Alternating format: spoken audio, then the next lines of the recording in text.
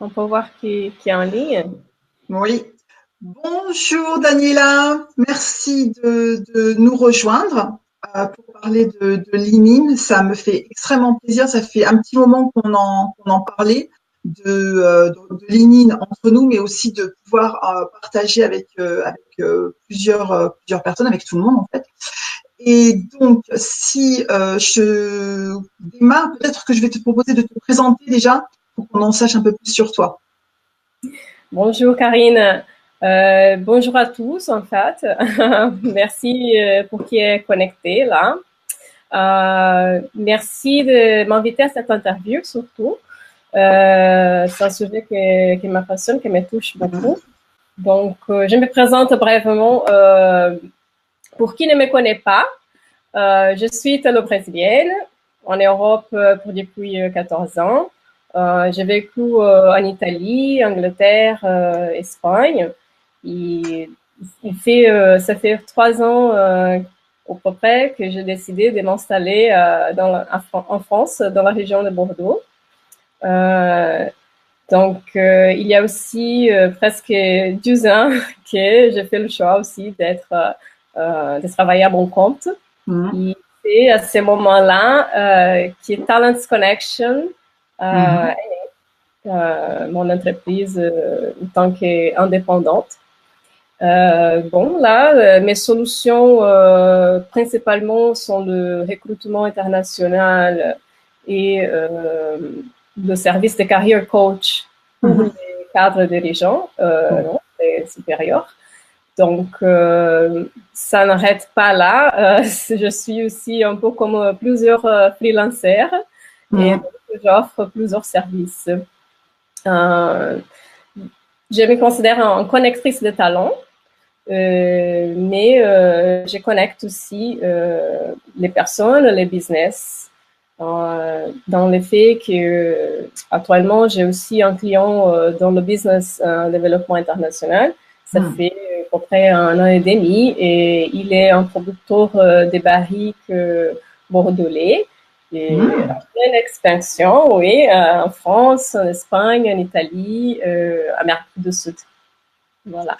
Ah, ok. Et donc tu proposes aussi donc ce côté soutien dans le business development.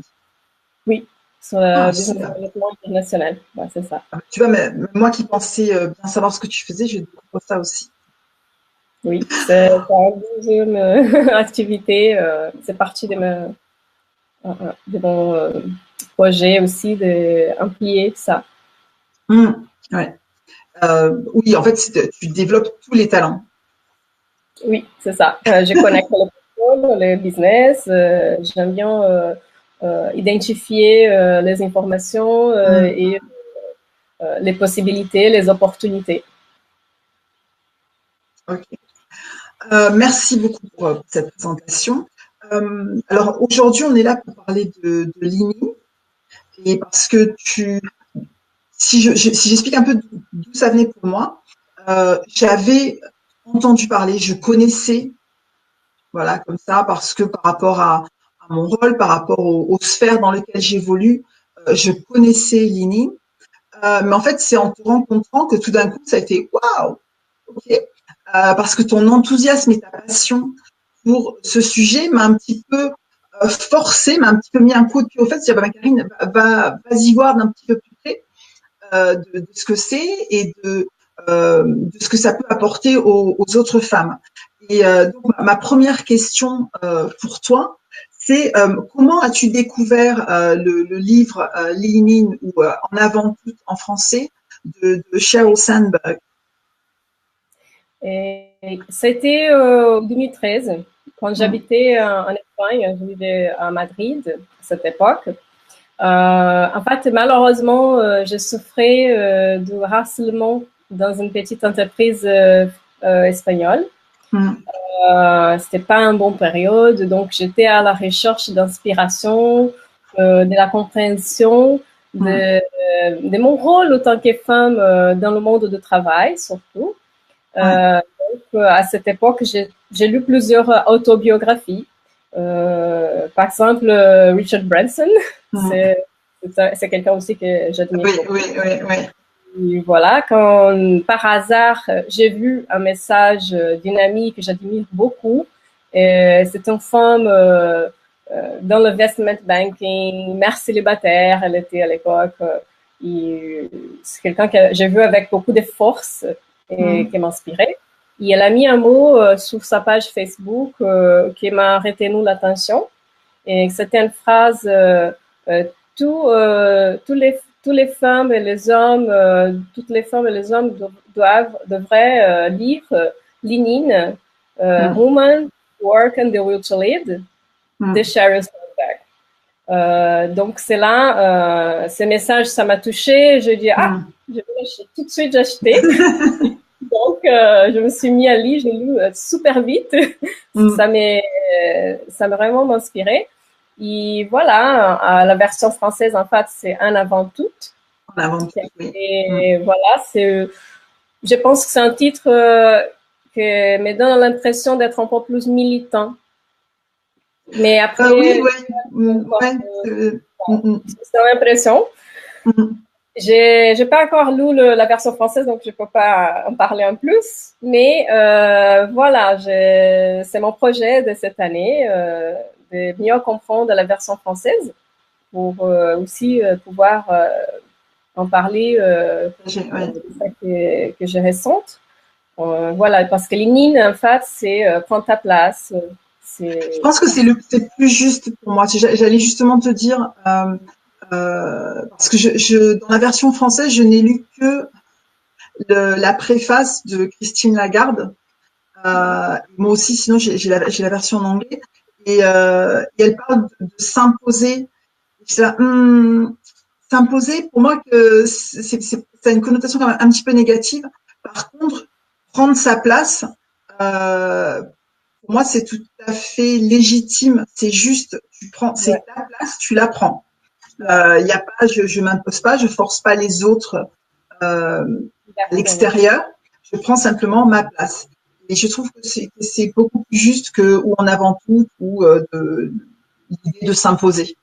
Parce que pour moi, l'idée de s'imposer, ça veut dire qu'on voulait pas de moi. Exactement. Donc c'est pas comme ça parce que je pense que la majorité des hommes, puisque quand même le dialogue est là aussi entre les hommes et les femmes, je pense que la majorité des hommes veulent qu'on vienne. Donc il n'y a pas à s'imposer. C'est vrai. Donc c'est la même impression que j'ai eue. On verra. On parlera un peu plus sur ça.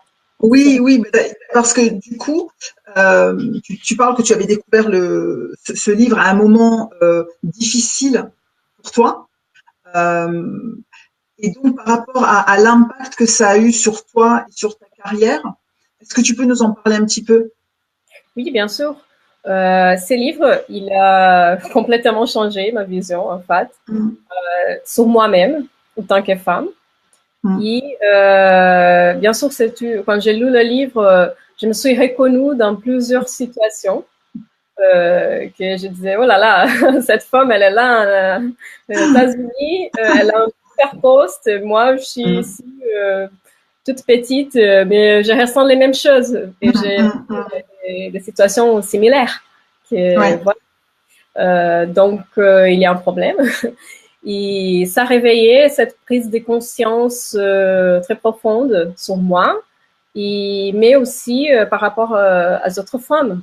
Donc, je dis, c'est moi, je n'arrivais pas à arriver toute seule à cette réveil sur moi.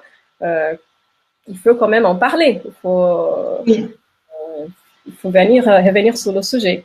Donc, là, c'est vrai que ce livre, ça m'a donné beaucoup de force pour affronter le marché du travail, le monde du travail, pour me faire écouter, de prendre ma place, en fait. Oui. C'est incroyable parce que quand je lisais ce livre, ça m'a remonté l'énergie dans le moment difficile que j'ai vécu. Mais en fait, là, l'autre chose du livre, c'était qu'à la fin, elle t'invite aussi à joindre un cercle dans ta ville ou créer un. Et dans cette époque à Madrid, j'ai J'ai trouvé le groupe Lean In Madrid Expat, donc j'ai décidé de les joindre.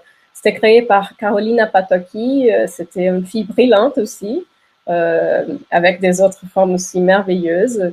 Nous étions à peu près 6 femmes qui se donnaient des soutiens. On s'est suivis pendant 1 an et demi, à peu près, dans plus d'un an.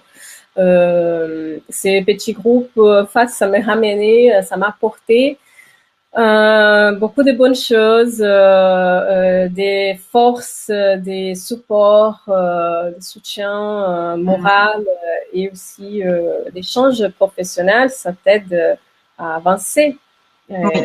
Des gens qui ont vécu des choses pareilles, qui tu penses que tu es toute seule, mais non. Oui, voilà, oui, oui. Pardon, en effet, c'est ça, c'est surtout le fait qu'on pense qu'on est toujours le seul ou la seule à faire ces expériences et après on se rend compte en lisant un livre comme Un Inventus par exemple que bah non en fait, on n'était pas du tout le seul. Et voilà, donc c'était super inspirant pour moi. J'ai compris que c'était quelque chose qui doit faire partie de ma vie. Okay. Voilà, qu'on est avec toute cette femme merveilleuse et inspirante et bienveillante. Donc, avec tout ça, le livre et le mouvement, j'ai eu finalement la force de faire face à mon patron. Et là, je lui fais comprendre que je n'étais pas d'accord avec leur changement organisationnel, qui en fait a fortement affecté mon poste dans l'importance et son objectif. Et c'était pas acceptable. Tu ne peux pas laisser ça se passer. Donc j'ai dit non, c'est pas possible. Et bien sûr, malheureusement, la société, l'entreprise n'était pas le genre qui change, qui repense à son style de management, de gestion. Donc là, ils n'ont pas vraiment venu, sont pas venus à ma rencontre. Donc ils sont pas venus à la table. Non. Ils ont bloqué mon passage de toute façon. Donc, j'ai décidé de quitter l'entreprise. Ça m'a forcé à sortir, mais c'était toxique, donc ça fait du bien. Et voilà, à partir de ce moment-là, je me suis dit, je vais prendre contrôle de mes décisions. Je vais apprendre à mieux négocier. Je vais faire le possible pour développer mes capacités de leadership. En fait, ça m'a donné plus envie de développer mes compétences sur le sujet. Et voilà, j'étais à la recherche à partir de ce moment-là de ce que j'aimerais faire dans ma vie. Et c'était une expérience de base pour où je suis maintenant. Oui, donc en fait, ça t'a donné le livre t'a donné le courage et aussi le cercle de Lean In Madrid t'a apporté le soutien qui t'ont permis de passer ce moment difficile et d'en sortir brillamment, si je puis dire, parce que tu en es sorti la tête haute, mais aussi avec plus d'ambition en quelque sorte. Exactement. Quand on parle d'ambition, c'est un gros mot. En fait, je pensais qu'être ambitieuse, c'était pas possible, que c'était pas bon, parce que c'est pas bien vu, l'ambition. Oui, tout à fait. Et aujourd'hui, pour moi, c'est le contraire. Donc, l'ambition, c'est nécessaire pour avancer, et après, voilà, il y a plusieurs versions d'ambition pour chacun. Oui, chacun a son ambition. Et c'est intéressant que tu dis ça parce que j'en parlais encore il y a une quinzaine de jours dans un podcast, on parlait de leadership au féminin. Et cette question de l'ambition, si je dis il est ambitieux, ça conjure une image relativement positive. Il est ambitieux, c'est bien, il va aller loin, il va faire des choses, il a envie de faire des choses, il a envie d'avancer. Ok. Si je dis elle est ambitieuse, culturellement, la première image qui nous vient va être elle est ambitieuse, ça veut dire que on peut pas lui faire confiance, il faut se méfier, il faut faire attention. Ambitieuse, on pense à la maîtresse, on pense à la personne qui va faire des coups bas. Il y a toute une image d'un coup qui est beaucoup moins positive, ou même carrément négative, quand on parle d'ambition pour la femme et quand on parle d'ambition pour l'homme. Et je pense que c'est quelque chose qui est culturel parce que même moi, avant que je commence à réfléchir à cette question, alors que pour moi ça me semblait évident, bah oui, je suis ambitieuse, oui, bien sûr, il y a rien de mal à ça. Mais tout d'un coup, quand j'ai commencé à dire, elle est ambitieuse, bah oui, c'est vrai que moi-même, l'image qui me vient, c'est pas une image positive. Donc là, c'est vrai qu'il y a un travail, un chemin à faire pour quand on dit elle est ambitieuse, il est ambitieux, on ait la même réaction pour les deux. Oui, en fait, c'est le biais. Oui, tout à fait, tout à fait. C'est ce biais de genre qui est quand même long à nous quitter. Ouais, Long à nous c'est quitter. du travail. Mmh. C'est un travail. Non, tout à fait, tout à fait. Et c'est marrant parce que on en parlait aussi sur cette question euh, des, des différents chapitres dans le livre. Est-ce qu'il y a, et là je te mets un petit peu au pied du mur comme ça, mais est-ce qu'il y a un ou des chapitres qui t'ont particulièrement fait prendre conscience de quelque chose, qui t'ont particulièrement réveillé, si je puis dire? Alors, c'est vrai que quand elle parle de la fille, Ça va parce que c'est mon bouquin, donc je peux regarder. je ne sais pas te dire lequel est le chapitre en plus, parce que c'est longtemps, je ne sais pas mémoire où elle est l'histoire.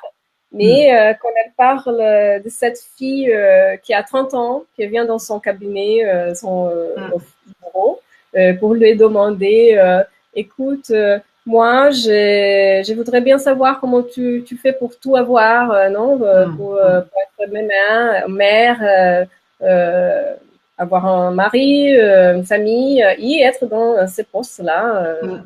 Voilà, elle était perdue.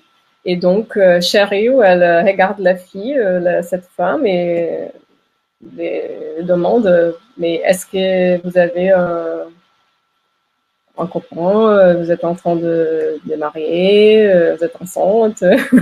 Et là, la fille, elle dit, non, je suis célibataire, en fait. Et voilà, ça te montre que c'est une histoire dans ta tête. C'est à toi que de le faire. Ouais. que la société aussi est imposée. Ouais. À partir de 30 ans, voilà, il y a un horaire biologique. Donc, aussi, dans notre tête, on doit avoir un enfant, donc on doit arrêter, on doit avoir une famille, donc la carrière, elle reste derrière. C'est plus un choix. C'est bien quand c'est un choix que je disais, OK, moi, j'ai pas envie d'avoir une carrière, je vais faire la maman, mon mari peut travailler. C'est aussi décider entre tout à fait, tout à fait. que si le mari est cool avec ça aussi, ça va, non? C'est une décision, si c'est possible économiquement. Mais après, que ça devient imposé dans la personne, aussi dans comment la société te voit, les entreprises, quand tu demandes si tu as envie d'avoir des enfants, si tu es en train de te marier, des interviews, c'est pas pour rien, hein. C'est parce que l'entreprise, elle a été faite et structurée pour les hommes. Oui, donc, tout à fait. Tout à fait. On est en 2018, toujours comme ça. Ouais. Et c'est intéressant parce que c'est aussi un chapitre qui m'a marqué parce que comme je te disais, c'est quelque chose qui, en fait, c'est le titre du chapitre, c'est ne partez pas avant de partir.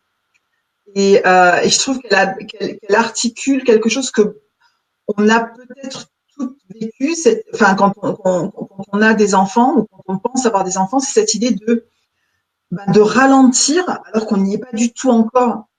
Et c'est ça, c'est quand elle a la discussion avec cette jeune femme et que la jeune femme lui dit bah non, je suis ni enceinte, j'ai même pas de copain, elle en est encore loin d'avoir des enfants et ça la choque et c'est vrai que ce sentiment de commencer à dire bon bah je vais pas prendre ce job là parce que il y a plus de responsabilités et si dans 2 ans, 3 ans, j'ai envie d'avoir un enfant, etc. Il vaut mieux que je reste là, etc.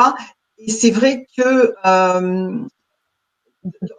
ce qu'elle partage dans le livre, pour moi, ça l'a tout d'un coup articulé. Je me suis dit, ah oui, c'est vrai que je l'ai vu faire autour de moi. Je te partageais aussi cette histoire de l'offre d'emploi qu'on m'avait faite au même moment où moi, je me suis rendu compte que j'étais enceinte et que ma première réaction était de dire, ben non, je peux pas, je vais pas la prendre puisque je suis enceinte, donc je vais pas venir vous embêter avec ma grossesse et mon enfant. Je vais rester là où je suis. Et heureusement, j'ai eu en face de moi un monsieur assez buté et assez macho qui m'a dit, mais vous n'avez pas, c'est pas à vous de me dire ce que je dois faire, et qui m'a dit, si vous voulez venir, vous venez, enceinte ou pas.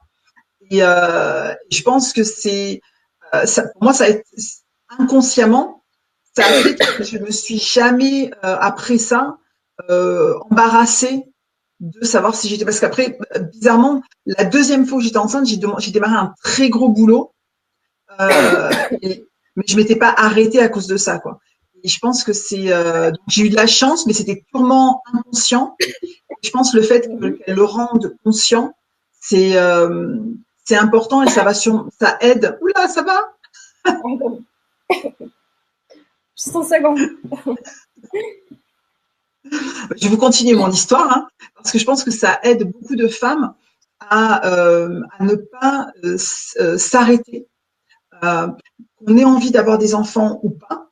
Euh, on n'a pas à faire des choix sur quelque chose qui va potentiellement se passer à un moment de notre vie. Ce serait comme dire, ben, je vais pas prendre ce rôle de manager parce que dans 30 ans, je vais prendre ma retraite, donc ça sert à rien de leur causer cet embarras. Je prends un exemple un petit peu extrême, mais c'est un petit peu la même logique. Et donc de ne pas partir avant de partir. Et je parlais pas de toi. Pardon. Non, non. Et de ne pas partir avant de partir parce que c'est vrai que je pense que c'est là aussi, ça a été démontré que au démarrage de la carrière, à la sortie des écoles en quelque sorte, il y a autant d'hommes que de femmes. Puis 5 ans plus tard, ouf, il y a tout d'un coup, les femmes ont disparu. Exactement. Et où sont-elles passées? Et c'est là qu'on se rend compte que les femmes restent dans ce qu'on appelle le middle management, mais en tant que senior management, tout d'un coup, elles sont plus là, quoi. Elle est Ouais, passée. ouais. Et elles sont restées dans le middle management, ben parce que on ne sait jamais, ou alors il faut de la flexibilité parce qu'on a une famille et c'est moi qui prends cette responsabilité-là. Euh, Comme tu dis, si c'est un choix, c'est fantastique.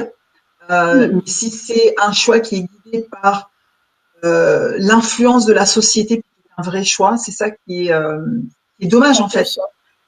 Qui est dommage parce qu'il y a tellement chaque individu, qu'il soit homme ou femme, a tellement à apporter que c'est dommage de se retenir et de partir. D'avancer. En fait, c'est Ouais. ça. Hein. Et C'est vrai. donc, par rapport à ça, donc toi, tu as eu ta révélation, entre guillemets, puis après, tu as rejoint le cercle de Oui. Madrid. Et après, quand tu es venu ici, tu as créé un cercle. Pourquoi créer un cercle à Bordeaux? Alors, je suis arrivée à la fin. Voilà, ma voix. Elle est venue. Pardon. Je vais avoir un petit peu de nous. Heureusement, c'est Facebook Live. C'est live. Salut tout le monde. Alors, je me suis installée à Bordeaux à la fin de 2015. OK? Et dès que je suis arrivée, j'ai cherché un cercle Lénine. Après l'expérience que j'ai eue à Madrid, euh, si j'ai quelqu'un qui rigole. Voilà, désolée. Mais en fait, après l'expérience que j'ai eue à Madrid, j'avais besoin de ce soutien, de cette rencontre avec les autres femmes pour continuer à échanger. Et je n'ai pas trouvé le cercle à Bordeaux, donc j'ai créé un cercle, le Leaning Bordeaux. Et c'était un grand challenge parce que plusieurs des participantes n'avaient pas lu le livre, ne connaissaient pas le mouvement. Donc, j'ai acheté quelques exemplaires pour faire connaître. J'ai prêté, j'ai parlé, j'ai expliqué. Et voilà, ça, petit à petit, pendant un an et demi, c'était plutôt la découverte. Ouais. Dans la région, c'était pas vraiment très connu. Donc, aussi, je dois ajouter pourquoi j'ai créé ce cercle-là et pourquoi je continue sur ce mouvement. C'est parce que sa vision, la vision de Cheryl sur le féminisme, ça me correspond. Elle n'est pas dans l'agressivité, dans le combat. Elle n'a pas écrit un livre pour s'opposer aux femmes, aux mecs, mais plutôt pour convaincre tout le monde, hommes et femmes, qui un système égalitaire profiterait à tous. C'est tout, tout ça. Et en fait, elle estime que si les hommes ils doivent changer leur certains comportements, bien sûr, les femmes aussi doivent repenser, réaliser qu'elle a progressivement rentré sur la pensée négative et elle a terminé pour intérioriser des règles machistes. Et, elle donne même un exemple au début du livre, quand elle parle demander à un homme qu'est-ce que c'est, d'expliquer leur succès, non, pour eux. Et normalement, l'homme, il va invoquer la compétence et la qualité derrière. C'est pour ça que j'ai ce poste-là. Boum, boum. La femme poser la même question à une femme et elle invoquera surtout le succès à des facteurs externes. C'est-à-dire le fait qu'elle a réussi, c'était parce qu'elle a bossé dur, parce qu'elle a eu de l'aide de quelqu'un, ou elle a la chance. Souvent. Bon, après, on a des exceptions, mais souvent, si tu observes, je parle avec beaucoup de femmes, j'échange avec beaucoup de femmes, et c'est souvent le cas. Tu vois, quand tu dis ça, ça me fait penser que l'exemple que je donnais il y a un petit moment par rapport à cette offre d'emploi, j'ai fait ça. J'ai dit, c'est pas moi en fait qui ai décidé, c'est lui qui a décidé. C'est vrai. J'ai eu de la chance parce qu'il a insisté. Plutôt que de dire, en fait, c'est parce que j'avais les bonnes compétences. Exactement. C'est vrai. Exactement. C'est dur de s'en débarrasser. Tu vois. Et voilà, finalement, ce mouvement pour moi, c'est c'est une passion. C'est devenu une forte passion parce que chaque fois que je rencontre les femmes à Bordeaux, c'est une énergie tellement puissante que je ramène chez moi après. Et on se donne, on s'entraide, c'est un partage. Et, le fait que les gens aussi me disent c'est bien que tu fais ça, ça nous rapporte, nous a apporté beaucoup de choses, ça me fait bien au corps aussi. Et c'est marrant parce que souvent il y a des femmes qui me disent qu'elles pensent que c'est moi que je suis là pour l'aider, mais à la fin c'est un échange. Moi aussi je suis aidée là. Donc, je ramène aussi beaucoup de bonnes choses et c'est une cause que je crois beaucoup. Je pense que plus on parle, plus on fait on fait les gens prendre conscience d'eux-mêmes, de travailler sur soi et aussi sur la société. C'est un travail d'intégration, de connexion avec les personnes. C'est ça qui manque en fait dans ce que je pense par rapport au changement. Oui, tout à fait, tout à fait. Donc, par rapport à Lénine Bordeaux, est-ce que tu peux nous en parler un petit peu plus du cercle de Bordeaux spécifiquement? Sachant que aussi, on remarque, non, on en parlera tout à l'heure. Donc, parle-nous du Lénine Bordeaux. Oui. Donc, Ligny Bordeaux, c'est une communauté des femmes françaises et internationales. Ok, nous avons beaucoup de Françaises, mais beaucoup des femmes de tout le monde. Et on a plusieurs âges, secteurs professionnels, des bagages culturels différents. On a des mères, des étudiants, des jeunes professionnels, des experts, entrepreneuses comme moi. Et c'est aussi ouvert aux hommes qui sont sensibilisés à la cause, okay, parce que on a besoin d'eux aussi pour avancer. Sinon, oui, tout à fait, tout à fait. D'ailleurs, je pense, elle en parle comme étant un des points critiques, hein, de pas faire ça en isolation, mais de faire ça avec les hommes, bien évidemment. Exactement. Donc, c'est plus difficile de les faire engager, mais ils sont cool. On a eu déjà quelqu'un qui est venu, quelques hommes qui ont participé. Ils ont été super bienveillants. Ça a été enrichissant quand même. Okay? Ouais. Et donc, je pense que ça manque plus de mixité. Oui, c'est vrai. C'est vrai que ça va être, c'est un petit peu le challenge là, hein, de faire venir les hommes. Bon, c'est déjà bien d'abord que la femme aussi elle a besoin de prendre conscience. Okay, donc c'est ça le travail, de travailler sur nous et voilà et mixer après pour parler en plus et mettre en face et à côté les deux pour bien travailler, hommes et femmes. Changer cette perception que nous, on a de nous-mêmes. Oui. Et après aussi de l'homme par rapport à la femme dans la société, la vie perso et pro. Que ça marche ensemble à la fin. Oui, oui, tout à fait. Et donc, pardon, continue.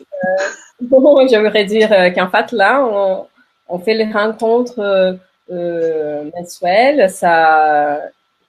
Normalement, je ramène en activité liée au coaching, au développement personnel, pour stimuler le mentoring. Doctorat, c'est dit en français, non? Ouais.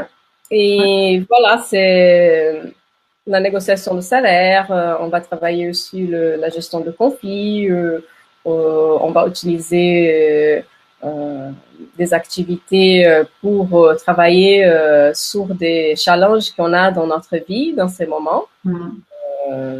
Comme le dernier rencontre, on a fait le Power Hour pour le pied support. Donc, c'était super intéressant, super enrichissant. Les filles étaient super contentes. On a réussi à créer ce petit cercle qui se suit.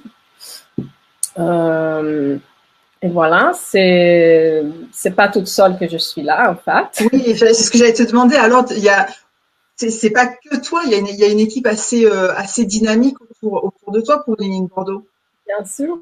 Heureusement, il y a Chiara, Anne-Sophie, Anne-Laure, Erika, Lise et Frédéric. Il y a quelqu'un entre eux qui m'aide dans la modération parce qu'on en est nombreux, on divise le groupe en petits cercles. Donc c'est plus effectif pour réaliser les activités. Et sinon, dans l'organisation, les idées, un peu les structures, les stratégies. Erika, par exemple, elle est à Toronto, elle va revenir bientôt, mais le dernier semestre, elle faisait tout à distance. Elle m'a donné beaucoup d'aide sur ça. Anne-Sophie, elle vient de créer l'atelier de lecture débat du livre. Ça fait 2 mois. Et après, Lise, Frédéric et Chiara et Anne-Laure, surtout pour modérer, sur les idées, sur l'organisation.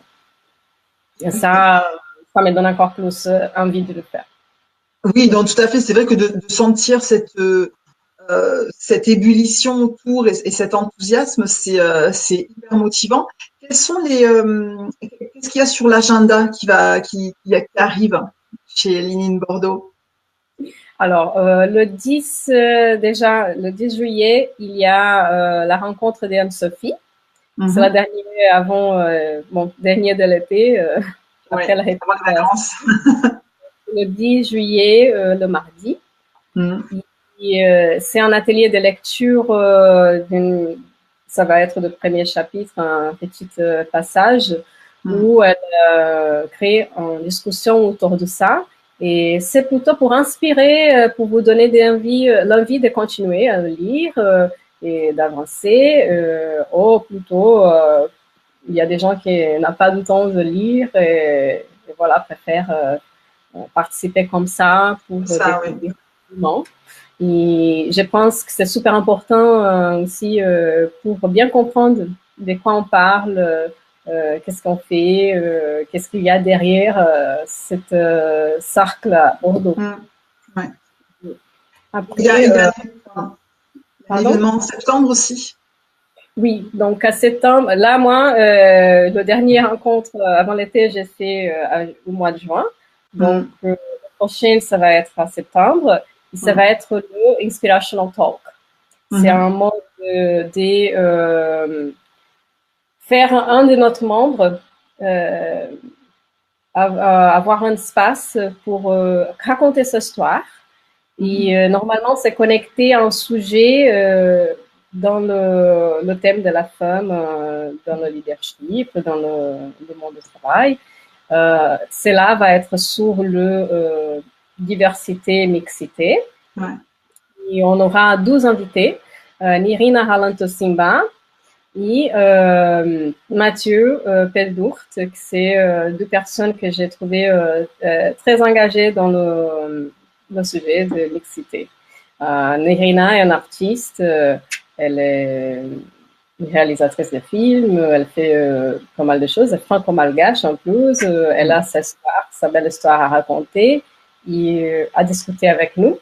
Mathieu, il travaille aussi dans la RH, il est très engagé sur la question de la diversité, donc je pense que ça va être une belle rencontre entre les deux et le public, parce que ça va être interactif. L'objectif, c'est de faire le public participer. Et une dernière question pour moi, Daniela, c'est si je ne suis pas à Bordeaux, mais à t'entendre, je suis extrêmement enthousiaste et j'ai envie de démarrer un cercle ou de rejoindre un cercle. Comment je fais en pratique? Alors, déjà, tout d'abord, je préfère que vous rejoindrez Anne-Sophie dans son atelier de débat.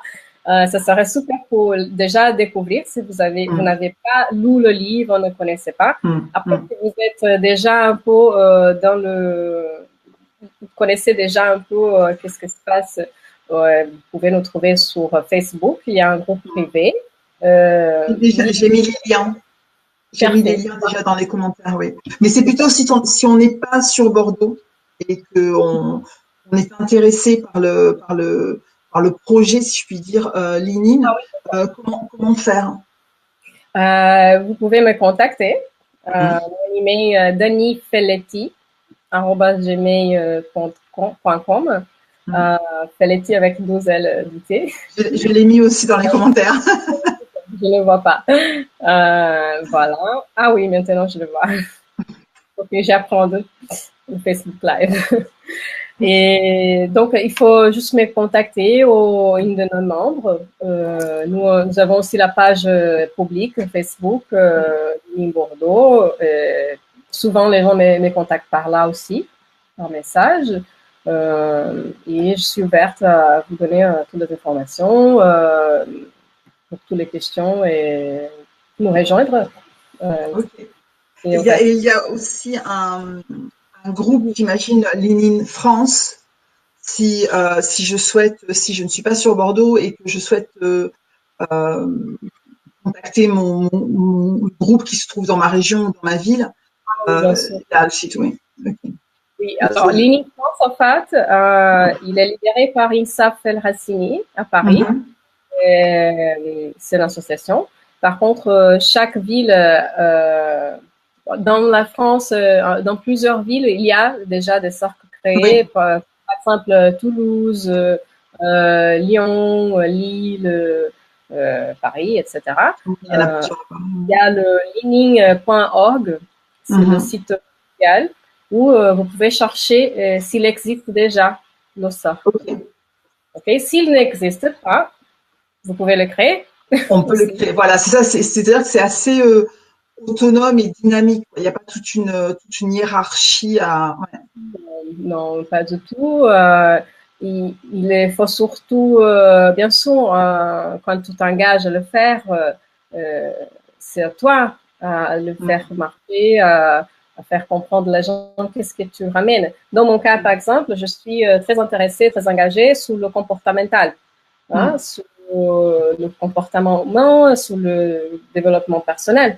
Donc, c'est pour ça que je ramène mon groupe ces chamans-là. Il y a des gens qui peut-être voient, par exemple, si je travaille dans le marketing et j'ai envie de créer un lean marketing dans la ville où j'habite.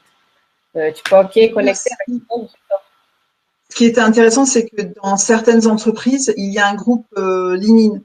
Alors, je sais pas, enfin, je parlais de Virgin. Bon, ben, dans l'entreprise Virgin, il a son groupe lean. Et ça aussi, c'est intéressant parce que ça permet de faire des changements en interne, de faire bouger les choses en interne, ce qui est aussi qui fait partie de l'esprit en avant tout.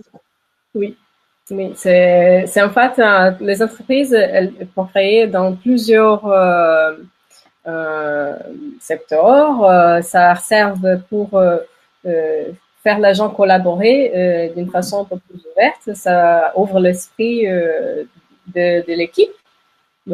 Ça fait les gens se connecter, mieux connecter entre eux. En fait, ça dépend de l'entreprise, de l'envie qu'elle a oui, tout à fait. Mais en fait, il ne faut pas penser que on va amener le féminisme dans l'entreprise, que c'est devenu un grand mot. Non, c'est la question de mettre ensemble les gens, pas que juste la question de femmes et hommes, mais à la fin, ça englobe aussi tout. C'est la diversité, c'est la mixité, c'est l'intégration des personnes. Et comment connecter entre eux, c'est mieux connaître, échanger, parler des situations, de créer des envies de partager, de collaborer. Ouais. Okay. Ben, écoute, Daniela, je te remercie énormément pour ce partage. Je pense que vraiment, tu as vraiment su mettre en valeur et surtout partager ton enthousiasme pour le mouvement Lénine, qui est très inspirant et qui, je pense, fait vraiment bouger les choses pour les femmes et puis surtout nous redonne notre pouvoir de changement et d'avancer. On se rend compte que c'est vraiment à nous, on peut le faire si on veut le faire et surtout on a le choix nos choix de carrière. Merci beaucoup. Merci beaucoup à tous ceux qui nous regardent en live ou en replay, comme on dit. Et puis à très bientôt. Bye. Merci Karine. Bye. À bientôt.